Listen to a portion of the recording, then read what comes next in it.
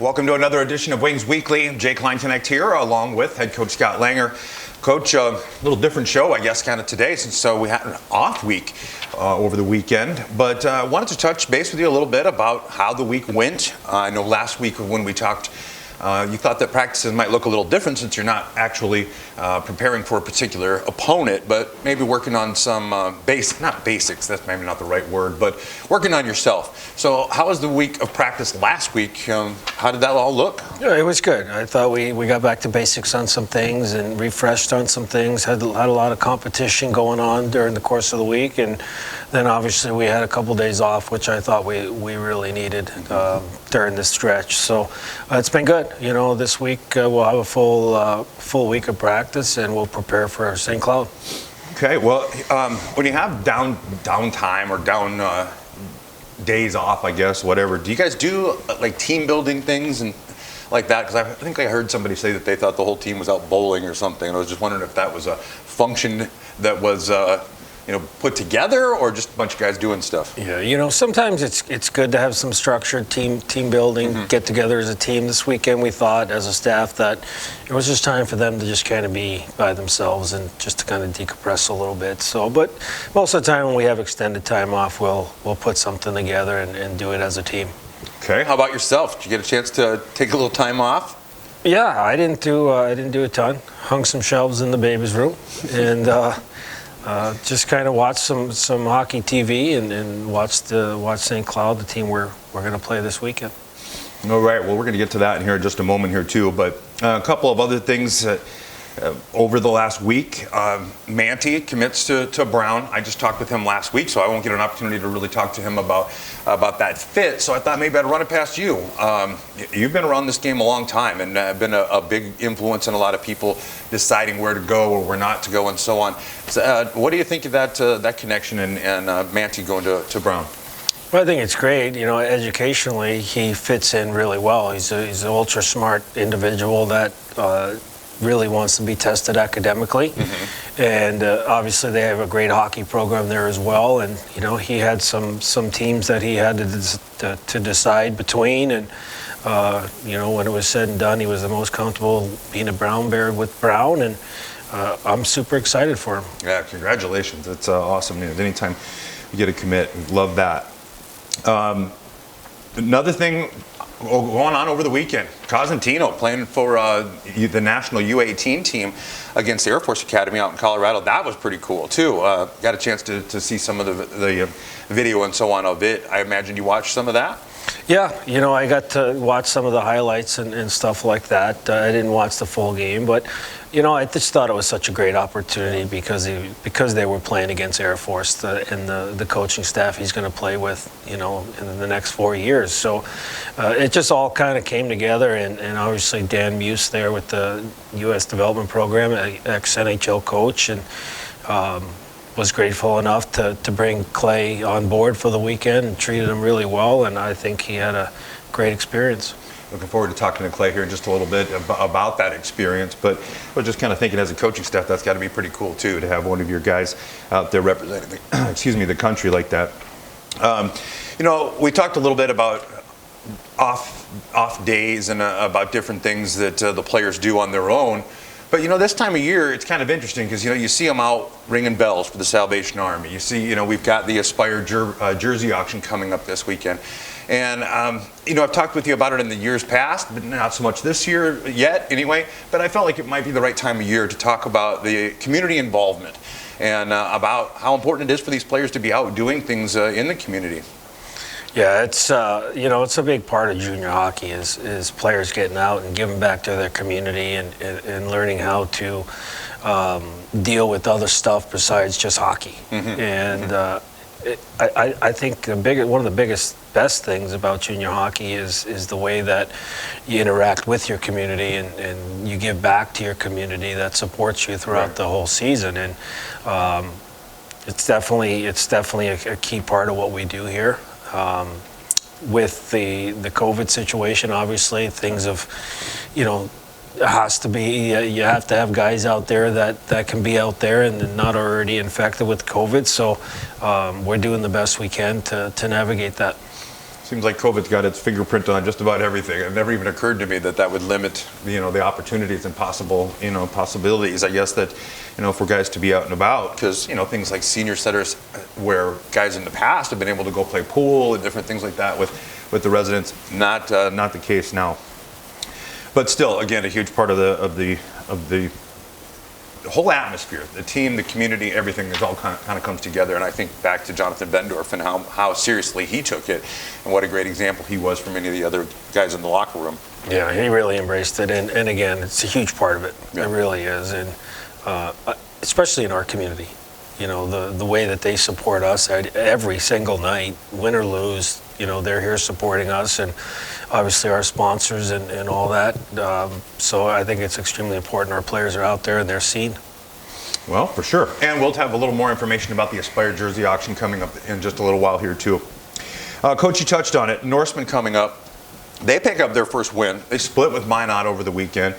What did you get a chance to see in film and so on of the Norsemen? What do you expect from these guys this weekend? Well, they took it to Minot. On even the first night that they lost, I think at one point they were up by 15, 16 shots. It was they really tipped the rink, and Minot was just very opportune in their chances. But they've picked up a lot of new players. You'll see a lot of new faces on this team. They've went and got some USHL guys and some BCHL guys, and they're a much improved hockey team, and I thought structurally they were playing really well. I mean, they scored 9 goals in 2 games.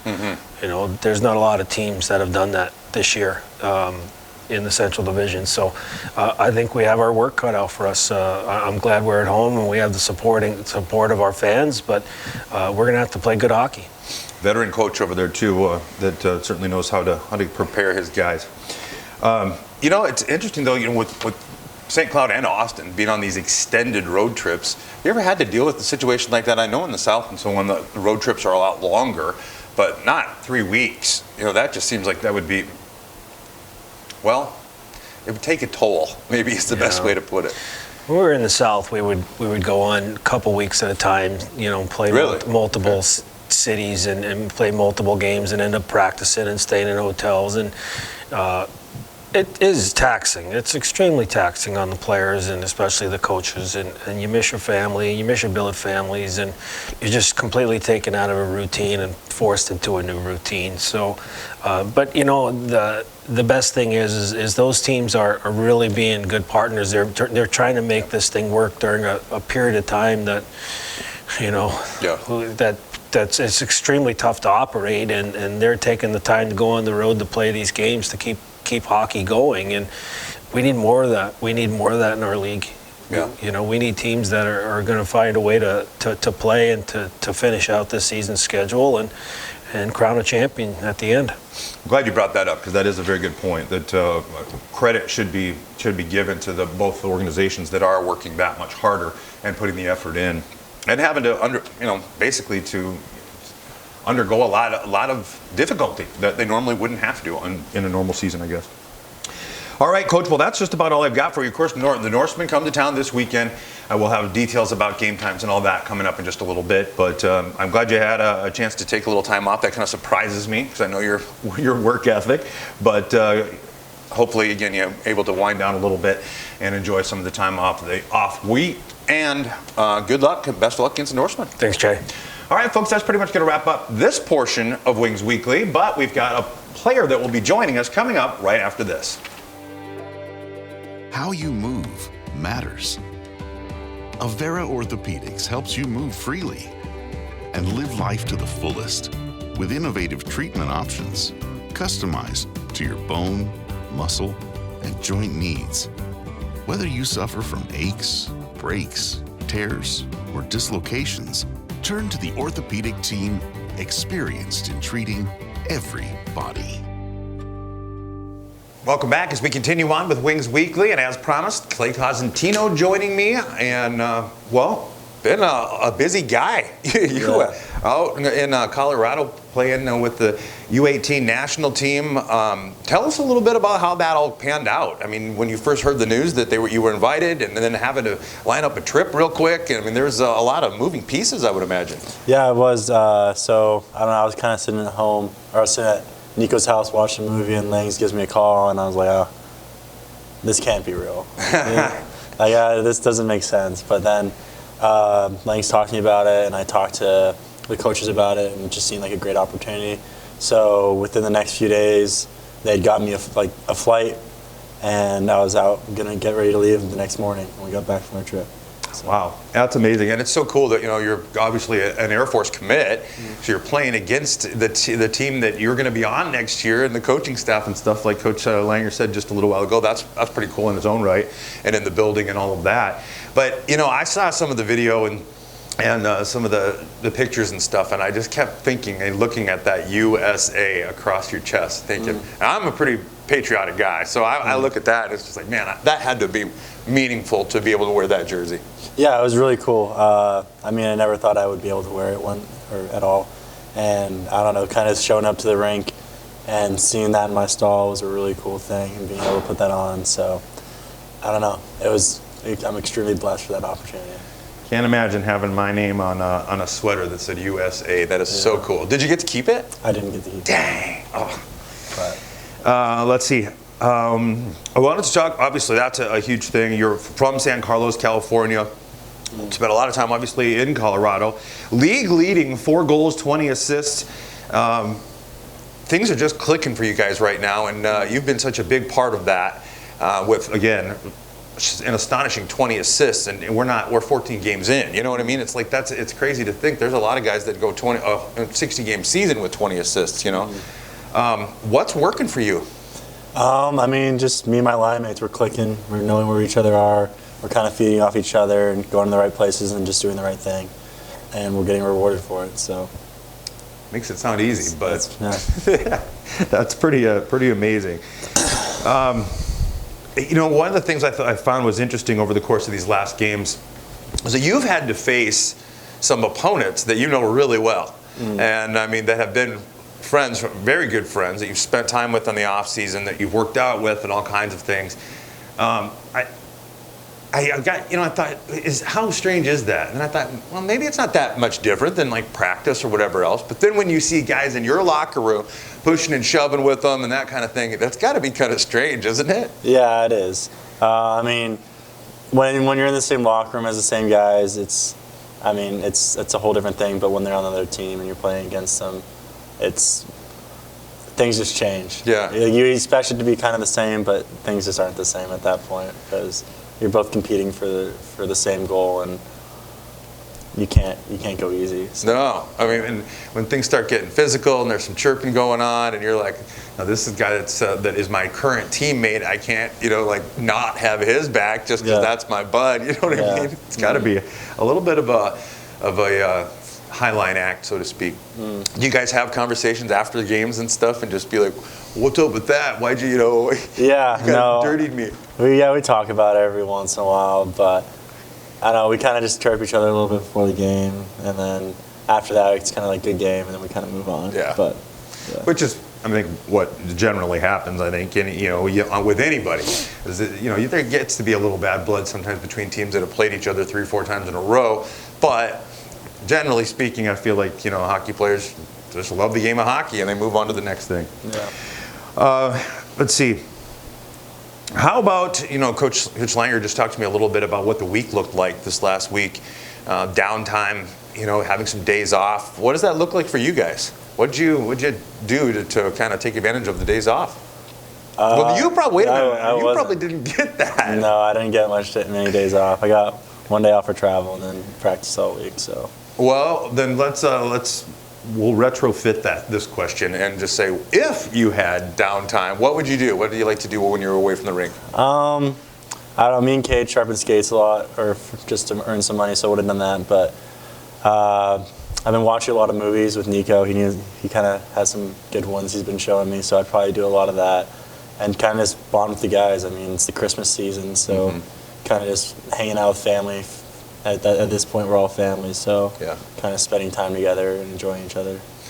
Well, that actually transitions nicely into my question, which I'll usually kind of lead with, but I was so excited to talk to you about the experience that you just had with the National U18 team. But how did you get your start in hockey? And tell us a little bit about your family and your roots. Okay, so I grew up in Massachusetts. That's where I was born. So my dad played hockey, and so that was kind of just, it started there. He made a little rink in the backyard, so I was out there playing. My brother started playing too, so I don't know, we kind of just play with each other, and then hockey's a big thing over there, so kind of it's like, it was just like normal to me. But then once I moved to California, it was a little bit harder because some people don't know about hockey at all. So so I don't know, but I would always just play with my dad and my brother, pick up no matter what it is, and my parents were always dedicated to driving me to the rink, even though it's like it'd be an hour away. But so your brother, are you older or younger? Younger. Okay. Does he have plans or desire to get into juniors and to kind of follow your path? I don't think so as much. He's more looking forward to starting college, so, but I don't know, you never know. Yeah, never know. I always find it interesting though, because when we started getting players from Phoenix, and Joe Estrada, guys like that were Corey Ward from Las Vegas, and I'd always ask him, well, how did it just seems like you live in a desert. How did you get into hockey? Or Coach Bone, who was an assistant coach years ago, he always told me he was from Florida, and they started playing street ball, or street hockey or whatever. That was one of the ways that they started. And Coach Langer has told me on a few occasions how the biggest growth in the sport of hockey is in the warmer climates. And I thought that was pretty interesting. So do you see some of that when you're back home in California and stuff? Do you see some of maybe that things have changed a little bit over the years, and that there is getting to be a little more of a popularity? Yeah, definitely. Hockey is growing a lot in California. I mean, more SoCal than NorCal, but it is becoming a really big thing, and they're turning out a lot of good players. Yeah. So I mean, hockey's becoming more and more accessible because I don't know, I guess back a little while ago, like it just wasn't that big of a thing, but now it's kind of just blowing up. And California used to be known for like roller hockey because like that was just an alternative, but guys are getting in ice and it's becoming a big thing. More rinks around, so. I think the availability, like you said, of indoor rinks probably makes a big difference there too. What's a typical game day look like for you? Do you have a ritual? Yeah, so wake up, I usually do a little devotion and then head to the rink for pregame skate. Go back, or I don't go back, we go to Roma's. We always get chicken parm lunch with Italian salad, so that's always great. Go back to the house, maybe FaceTime my girlfriend for a little bit, take a nap, wake up, do another devotion, and then make some spinach smoothies, just little green stuff to make me feel good about myself. And then Wait a minute. I had to pause for a second there. A spinach smoothie? Yes. What is in that? So I put besides spinach. Spinach, peanut butter, banana, ice, almond milk, and some flax seeds maybe. And I don't know, it's good. I do recommend it. So spinach and peanut butter. I was out right when you combined those two. Yeah. But good for you. You guys carry your body and maintenance and stuff. Obviously, a very important part of junior hockey as a whole, athletics as a whole, really. All right, final question for you here. What would you say is your dream car? Like, I mean, if you were given a car, you didn't have to worry about maintenance, you didn't have to worry about where the money was coming from or anything. What would you drive? I think either I would drive an Audi RS8 or RS4. Those are really cool. Or I'd go old school with a mint green Ford Bronco with just big wheels, big rims, just like the really boxy Bronco 2s from the I'd like a cream and mint maybe, I don't know, something like that. The 70s vibe. Oh yeah, it's cool. That's awesome. All right. Well, I'll tell you what. I won't keep you much longer. You got to get rested up. It's the Norsemen are coming to town this weekend. Friday, December 18th. The Salvation Army Christmas food drive is going on. Bring a non-perishable food item to donate and receive $5 general admission tickets at the door. $15 corporate bar stool seats are available. Call Aaron at 605-380-5852. Saturday the 19th, Norsemen again, and that is the Aspire Jersey auction following the game. Bring a non-perishable food item to donate and receive, again, $5 general admission tickets at the game, and the auction will follow Saturday night's game. Doors open at 5:30 and the puck always drops at 7:15. Get your tickets now at tickets.aberdeenwings.com. $10 general admission tickets are also on sale now at any of the 4 Sea Express locations in Aberdeen with additional purchase. Corporate night sponsorships are available for home games throughout the 2020-2021 season. Call Aaron at 605-380-5852 for more information. Don't forget, Wings Weekly is now a podcast. Find the audio for this season's episodes on Spotify, Stitcher, or on iHeartRadio. And for all the latest news and information on the Wings, visit AberdeenWings.com or follow us on Facebook, Twitter, and on Instagram. Once again, congratulations on a really cool opportunity to go play with the U.S. team. And thanks so much for coming on the show. Thanks for having me. I appreciate it. Clayton Cosentino, ladies and gentlemen. That will pretty much wrap up this week's Wings Weekly.